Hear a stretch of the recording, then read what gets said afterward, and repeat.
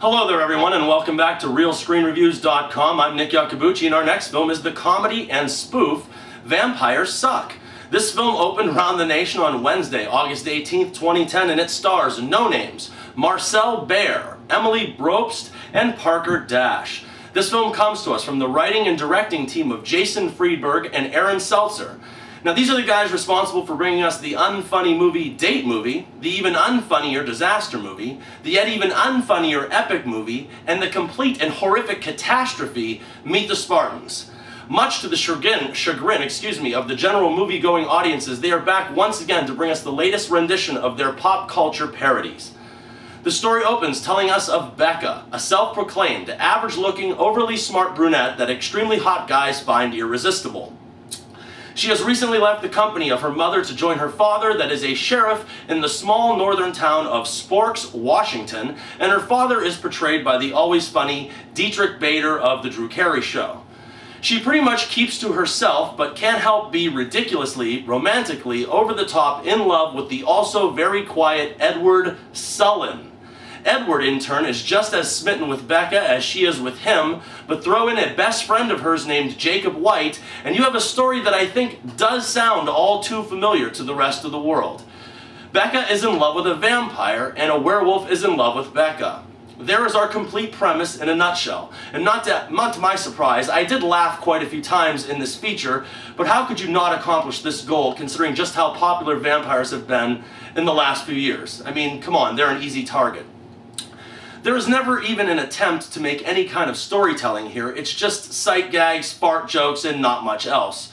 But one truly funny element in the story is that Becca guesses right away that all of these creatures are vampires, and the rest of the town thinks that it's just Canadians that are committing all of these crimes.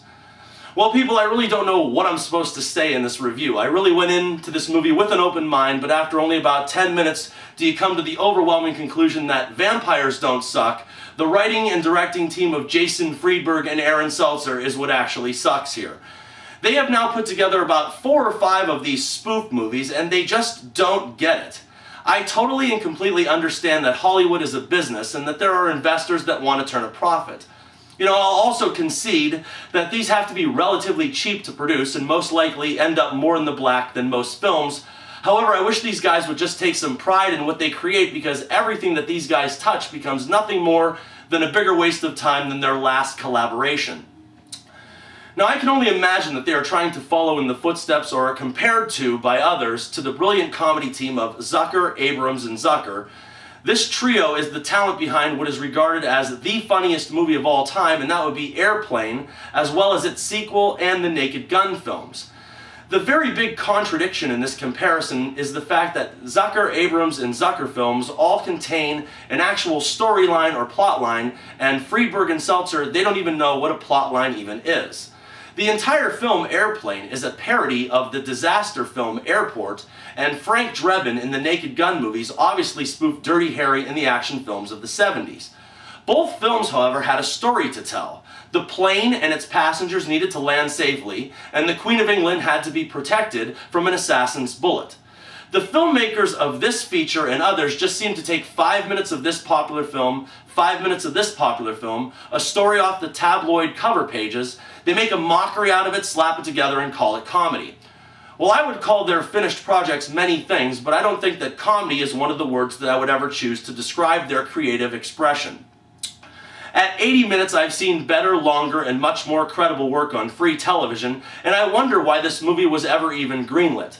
I would actually like to issue a personal challenge to the filmmakers to sit down and try and create something truly comical, which is of their own original thoughts and not a parody or a Weird Al Yankovic version of somebody else's existing works.